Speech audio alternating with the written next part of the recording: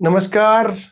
आज एक बार फिर आपके बीच में ओलंपियाड विश्वरूप की तैयारी के लिए कुछ लेकर आया हूं। तो विश्वरूप ओलंपियाड तो केवल घटनाओं पर और प्रतीकों पर आधारित है। घटनाओं के माध्यम से ही वो नागरिक कर्तव्यों का बोध कराने का काम करता है। तो कौन सा नागरिक कर्तव्य है इस घटना से निकलता है, नागरिक को कैसे अपने कर्तव्यों का बोध कर रहे होना चाहिए, इस घटना से समझना पड़ेगा। एक जंगल में बहुत सारे जानवर थे, सब आपस में लड़ते रहते थे, सब में बहुत सारे संघर्ष रहते थे, कोई किसी को देखना पसंद नहीं करते थे, अहंकार था।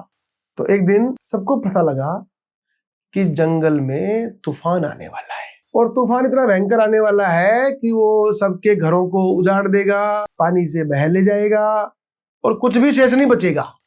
सबको ये पता लगने के बाद सबने अपने अहंकार को एक तरफ रखा और सबने अपनी अपनी योग्यता के हिसाब से उस तूफान का सामना करने का भाव जंगल के राजा के सामने रखा। तो फिर जैसे जैसे जंगल के राजा ने कहा और जैसी जैसी उस जंगल के जानवरों में योग्यता क्षमता थी, तो किसी ने पेड़ काटे, तो किसी ने घोंसला बनाया, तो किसी ने पत्तियां काटी और ऐसी जगहों का निर्माण किया कि जहां इकट्ठे होने पर तूफान उनका कुछ नहीं बिगाड़ सकता। तो सबने तैयारी करी रखी थी, अपने अहंकार को छोड़ ही रखा था। इसलिए जब तूफान आया तो वो सारे के सारे लोग जो उन्होंने अपना एक स्थान बनाया था उस स्थान पे जाके रहे। कुछ देर के बाद तूफान चला गया और सभी के सभी सुरक्षित रहे। अब यहाँ समझने की बात यह है कि अगर सबको ये लगता कि नहीं मैं ज्यादा काम कर सकता हूं, मेरी योग्यता ज्यादा है,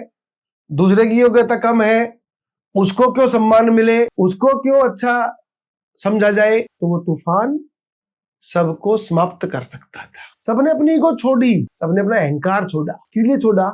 जंगल की भलाई के लिए। जो देश है हमारा, इस देश को भी वैसा ही समझना पड़ेगा। जैसे जंगल में बहुत सारे जानवर रहते हैं, ऐसे ही इस देश में बहुत सारे धर्मों के लोग, जातियों के लोग, संप्रदायों के लोग, राजनीतिक पार्टियां, ट्रेड यूनियंस, धार्मिक संगठन, बहुत सारे लोग हैं और सब में कोई न कोई एक विशिष्ट योग्यता भी है, क्षमता भी है। ध्यान में क्या आता है, अभी वर्तमान में देश हित की बात जब आती है तो सब एक साथ इकट्ठा नहीं दिखते। आवश्यकता किस बात की है?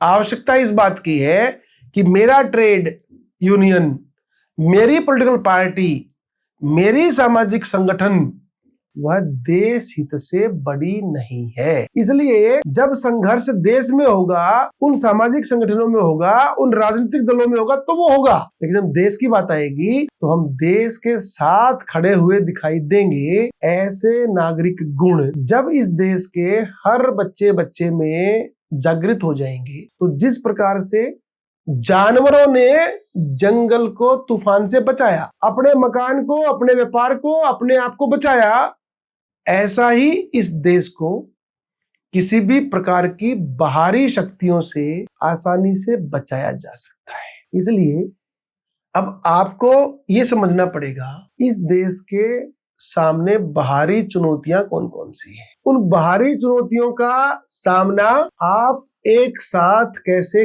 कर सकते हैं, उन बाहरी चुनौतियों से, बाहरी आक्रमणों से इस देश को कैसे बचा सकते हो। जब इस देश का बच्चा इस प्रकार के भावों के साथ खड़ा होगा तो कोई कारण नहीं है कि हम दोबारा से मुगल काल में नहीं जाएंगे। बिल्कुल पक्का है कि हम अंग्रेजों के काल में नहीं जाएंगे। तो हम भारत को विश्व गुरु के स्थान पर दोबारा से स्थापित होते हुए देखना चाहेंगे और उस लक्ष्य को पूरा भी कर पाएंगे। इसलिए हर नागरिक को अपने कर्तव्यों का बार बार बोध वो स्मरण करना चाहिए।